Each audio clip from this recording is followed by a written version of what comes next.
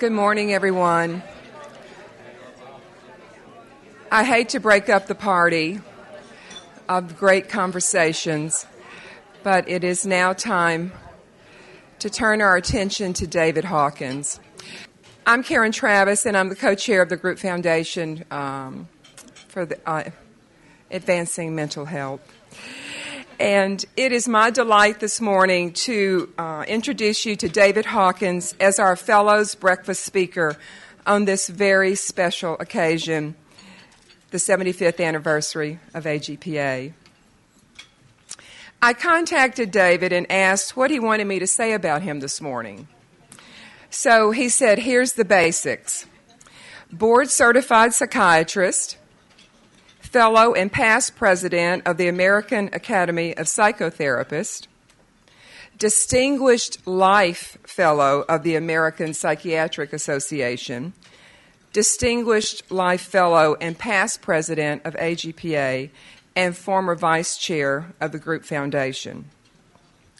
In spite of a lot of distinguishedness going on, I think that was a very modest intro. So I have a couple of other things I want to say about David. David joined AGPA in 1973. David was the 28th president of AGPA. And one does not become president of AGPA without having served in countless governance capacities. David has also been an avid workshop, open session, and institute leader. And he became president in 1998 and took us into the new millennium. I think it's true to say that he is admired and loved by many. Not only is David a skilled psychiatrist and group leader, but he has other talents and interests as well, one of which is his musical talent. He has put countless hours into our upcoming Saturday luncheon entertainment, and I think we're all looking forward to that. So please don't let us down. I've learned much from David over the years, having attended open sessions and institutes led by him. But sometimes it really is the little things that mean the most. A few years ago, we were together in Santa Fe attending the Group Foundation board retreat. And at the end of the retreat, he rode back to the airport with Bill and I. And so we had rented a car, and as we approached the airport, we decided to fill the tank up with gas, right, before we turned it in. Bill was driving, and we were trying to figure out what side the gas tank was on. Kept circling around. From the back seat, David said, "Is the gas pump sign on the right or left of the fuel gauge on the dashboard?" Huh?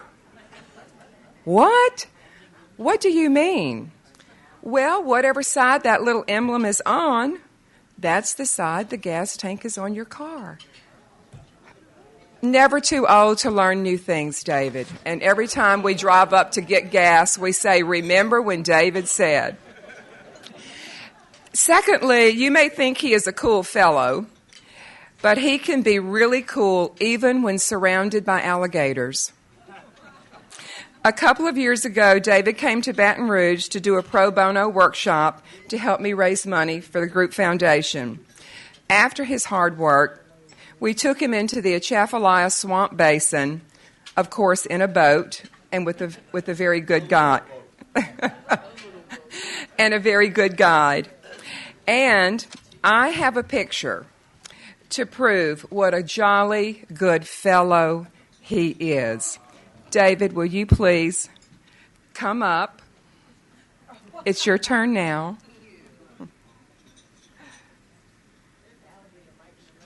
This is truly a real live alligator. And here's David relaxing in the boat.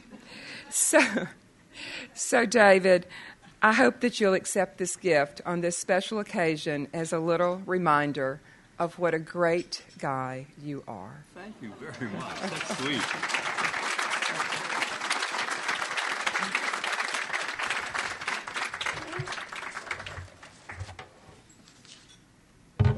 This is a marvelous example of true Southern class.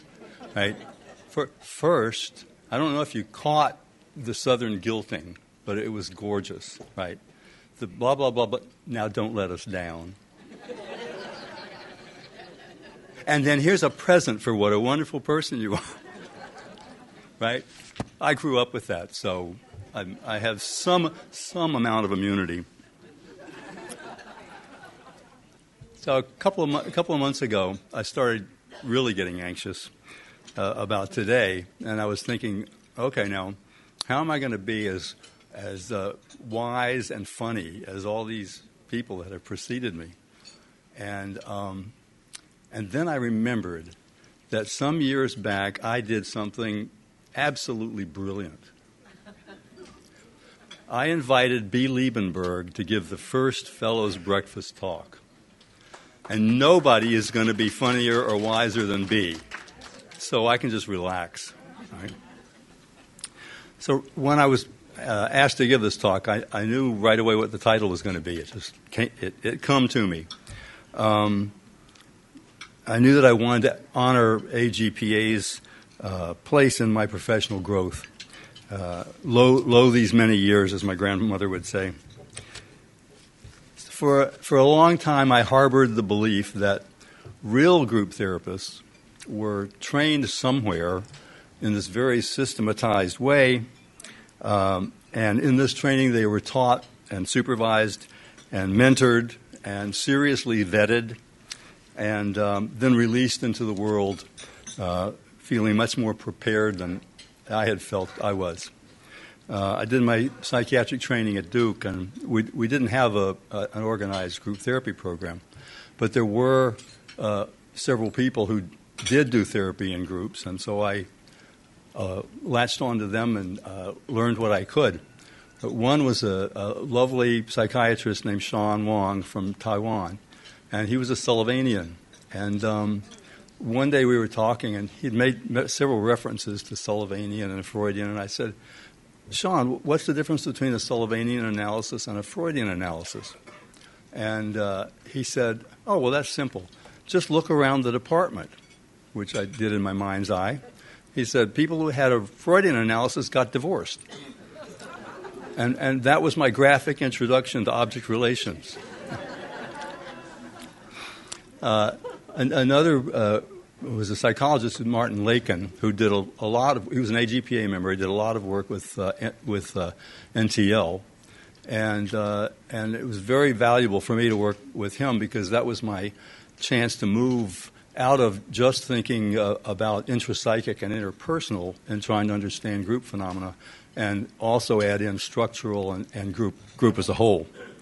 And the third was an English psychiatrist named John Reckless. And John was also an AGPA member. He was smart, energetic, and entrepreneurial and charismatic. And I worked with John for 2 years as an assistant group leader. And when he went away for a couple of months to work with Masters and Johnson, he asked if I would lead his 2 weekly groups in his absence. So I have seared into my psyche an event from that experience. It was probably the second or third week after he left in a couples group. There was a non-couples group and a couples group. And so in the couples group, one of the women was very upset with me from something I'd said the week before. And anything I did just made it worse. Until finally, kind of late in the group, she was so upset, she fled across the circle into the arms of one of her comrades, and they were both sobbing mightily, and the husband of one was standing up saying, "Look what you did." Now, you can probably figure out that I must have thought of something to say, otherwise I would be standing here in full-blown PTSD, right? So here's what I said. I said, I know you all miss Dr. Reckless. I know I miss Dr. Reckless. And I can't be Dr. Reckless. But I know this other thing, that you and I have already been through a lot together. And we've dealt with some really difficult things. And I think we're going to deal with this too. And that's our time for today. So please keep that in mind, because that's going to lead us to the punchline of my talk. So after my training, I stayed at Duke, helped a colleague start a group training program in the psychiatry department, and then became the director of that. And meanwhile, I began coming to AGPA. So, of course, like any sane person, I was initially overwhelmed by this wild sociogram that I was entering. But I kept coming, and I formed relationships and then began to put down roots. And it occurred to me, other than Chapel Hill, this is the community in which I've lived the longest in my life. So, and there were two communities within AGPA that were particularly important in my professional growth. One was the program committee. I joined the program committee and spent a whole lot of years rising from peon to co-chair. It was a very rich experience. So many wonderful people and so much to learn, and a lot of chance to deal with conflict, because there was always a lot of conflict, right? And then that helped in the other community that was important to me, which is AGPA governance. Connie Concannon and I were newbies together on the board of directors, and we were like teenagers at a family gathering. We giggled a lot. The board of directors was enormous. That met around this great big table, I think with non-voting people on one side and voting people on the other side. Anyway, it was impossible. And so obviously the board had to figure out how to reduce and reform itself, which of course was going to be a lot of work. And as Marcia Block has said many times, nobody wants to give anything up. But they did begin to work at that. And clearly evolving from that kind of cumbersome governance setting to the governance and administrative structures that we have now for our tripartite organization took a whole lot of work from a lot of people over many years, dedicated people. This evolution necessitated repeatedly confronting the myth of grown-up and finding out, once again, in the words of the Hitchhiker's Guide to the Galaxy, we're just another bozo on the bus. Fortunately, there were a bunch of menches among the bozos. So, and now a caveat here. Please do not think of this in any way as a scientific treatise or a thorough history. It's just a tone poem. So I'd like to mention three examples from that time in governance about intra-organizational work. One has to do with the response of governance to the voice of women. Ted Reed, who's a wonderful elder statesman in AGPA, wrote an unofficial history about the organization in the 90s, and he said, even though there were strong and influential women involved in shaping the organization from early on, AGPA began as a predominantly northeastern white male psychologist-dominated group. So as women gained and demanded greater voice, governance responded by creating the Women's Task Force, and then that morphed into the Women's Special Interest Group, and then that was the forerunner of SIGLB, Special Interest Group for Gay, Lesbian, Bisexual Issues, now SIGLBIT, and a whole system of special interest groups to give community voices a place to cohere and then find the structures that they need to contain their work. Second thing, since the mission to support the use of group therapy and promote group therapy training remained central to AGPA's mission, growing pains accompanied our attempts to offer a training program, because there was a lot of competition about that. and to define and certify levels of competency in group therapists. Both of those, or each of those, was resolved in the direction of basic rather than advanced competencies. And it's been my experience that conflict around basic versus advanced is still quite alive in the organization and passionately held by a number of people, and sits within the organization as a potentially divisive fault line. So the third thing is that from 1998 to 2000, I served as AGPA's first openly gay president. Got an email from Scott Rutan this morning saying, blah, blah, blah, blah, blah. And by the way, I confirmed with Marcia that I was president from 1998 to 2000. So, the competition never stops, really.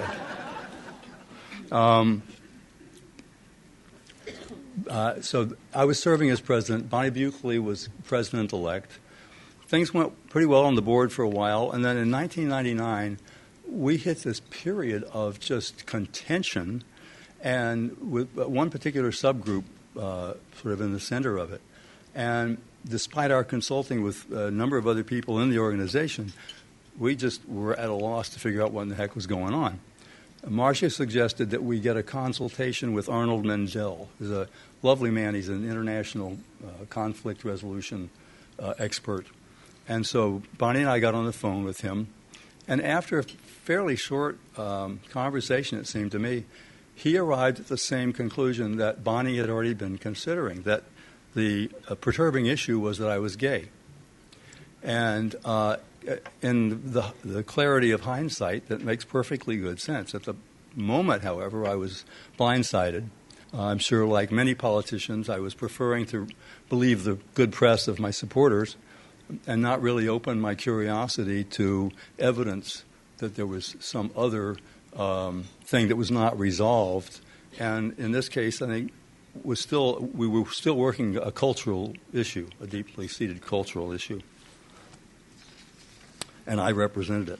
Arnold gave us wonderful advice. He said, be firm and clear.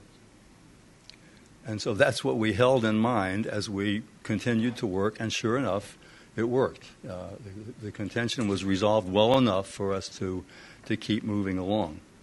I also know, and I think Bonnie agrees, that it was hugely helpful to us while we were doing that work to be carrying the knowledge of the name of the perturbing issue.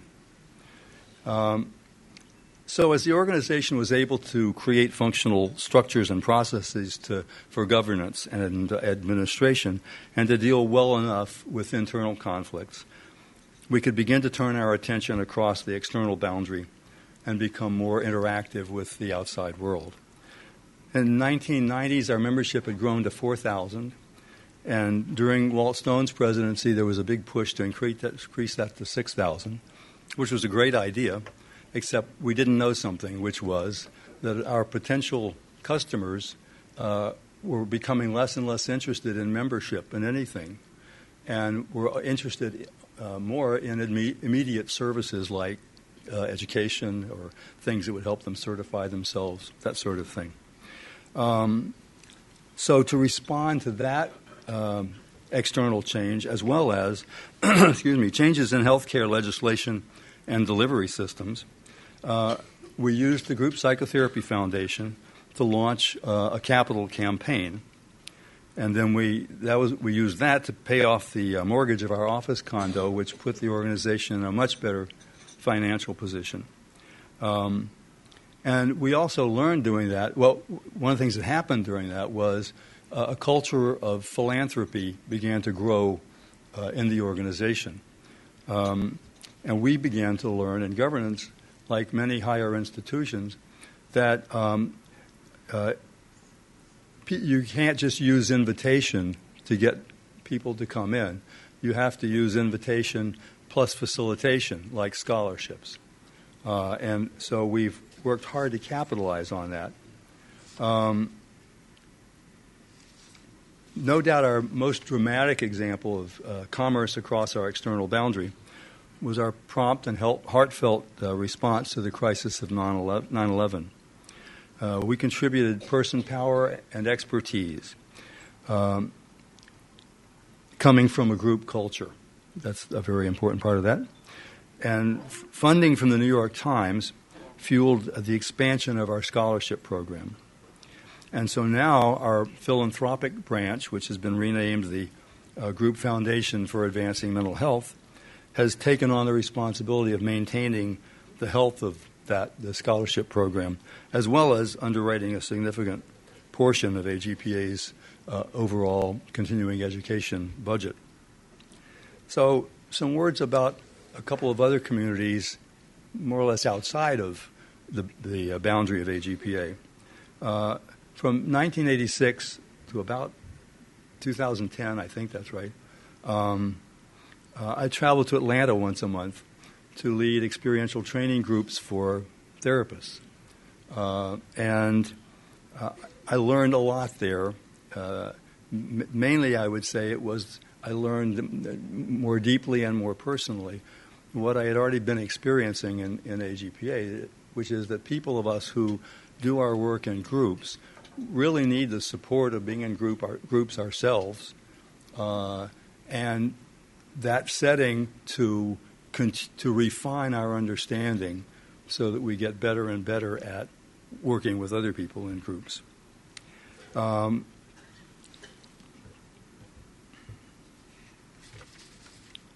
then there was the Ireland experience. Cecil Rice, Kathy Ullman, and Pat Doherty all had ties to Northern Ireland and a wish to mitigate in some way the difficulties being experienced there. With the mental health organization in Belfast, Northern Ireland, they began putting together an annual group therapy training conference. And a bunch of us from AGPA got involved. How many people here did the Ireland thing? So it was a wonderful experience. It was often frustrating and painful, and it was profoundly instructive. In Kathy's words, please listen to this carefully, the conference participants were enraged, torn apart, and frightened. Does that sound like any other community that you have any experience with? Early in the conference experience, the leaders were often very distressed because they couldn't help the groups find enough safety to begin to have discussion across their differences. And I had no idea at the time how much that experience was going to be preparing me or starting to prepare me for a similar crisis here at home. As Ann Alonso often said, we are them and they are us. So one more community needs mention here, and that's the community of fellows, us. I know we all have special ribbons, but they can get lost in the peacock feathers, and sometimes we forget to wear them. And I know with all the other ways that we continue to contribute to AGPA after we reach this exalted status, this is Southern, by the way, for it means utmost or sincerely. Right? We are often mentors to other people who are on their way to fellow, and that's a very important function that we serve for the education. This breakfast is one of the few times that we have a chance to experience ourselves as a group. So do me a favor, look around the room and see who else is here, you know.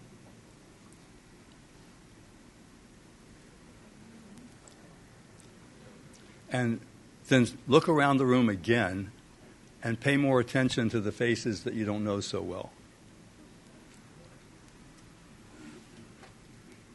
And please take this suggestion seriously.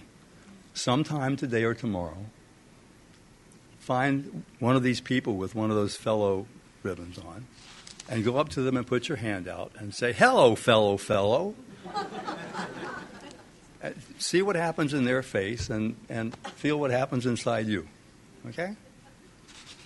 Whatever it is. Now, maybe you remember I gave an example from my early training, and I said that's going to lead us to the punchline of this talk. So here it is. Last spring, I entered into a medical crisis that by summer caused me to take medical leave from my practice and to withdraw from all of my AGPA experiences, commitments, including this talk. Fortunately, a persistent neurologist, this is also Southern, bless her heart, diagnosed that this was hyponatremia secondary to nonsteroidal inflammasome. It wasn't normal pressure hydrocephalus, so I didn't die, and I didn't have to have neurosurgery. And she took me off of those meds, and everything began to get better. And so then I thought, okay, I got to get back to work because I have a title and an intent, but I don't have a talk.